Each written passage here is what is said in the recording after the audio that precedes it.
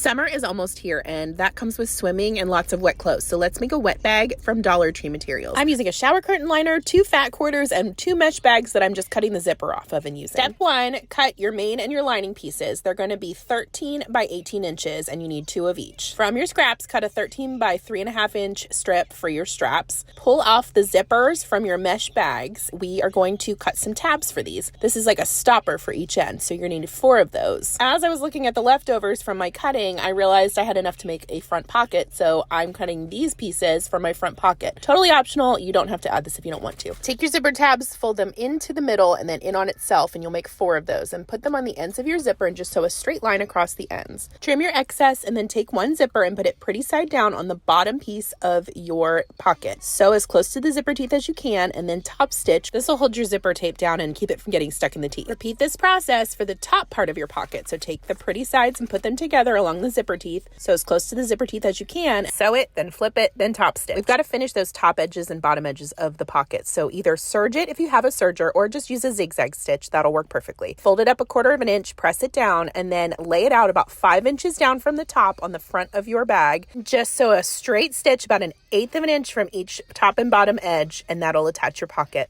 Back to the bag. Now we're going to box those corners. Cut a 3-inch square out of the bottom pieces of your main and your lining. We'll come back to those in a minute. Now we need to sew the zipper onto the top of the bag. Stack it like this. Main piece pretty side up, zipper pretty side down, lining pretty side down. Sew as close to those zipper teeth as you feel comfortable. Flip it right side out and then top stitch as close as you can to that zipper to hold the lining down. Now repeat that whole process on the other side. It's going to look like this. Guess what? You're almost done. Let's keep going. Put your main pieces pretty sides together and your lining pieces pretty sides together. It's time to make a strap. Fold your outsides into the middle and then fold it onto itself and iron it, so you'll have everything concealed. Top stitch on the right and left sides. Put your short ends together and baste it so it stays in place. Now to go about like 2 inches down from the top of your bag, and you're going to slide it in so that it's on the inside of your bag and then pin all the way around. You're going to sew the perimeter of the bag except for this little area as well as your boxed corners. We're leaving that space open because we need to have a place to turn the bag out right ways when it's done. Now that you've got this little hole there, it's time to box your corners.